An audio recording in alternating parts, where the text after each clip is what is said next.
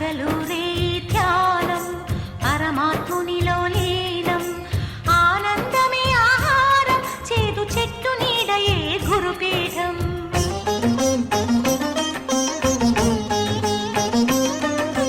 ఎండకు వానకు కొండకు ఈ చెట్టు కిందనే ఉండకు సాయి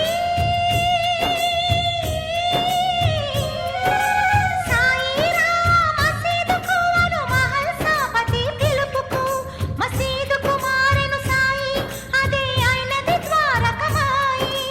అక్కడ అందరూ భాయి భాయి బాబా బోధల నిలయమదోయి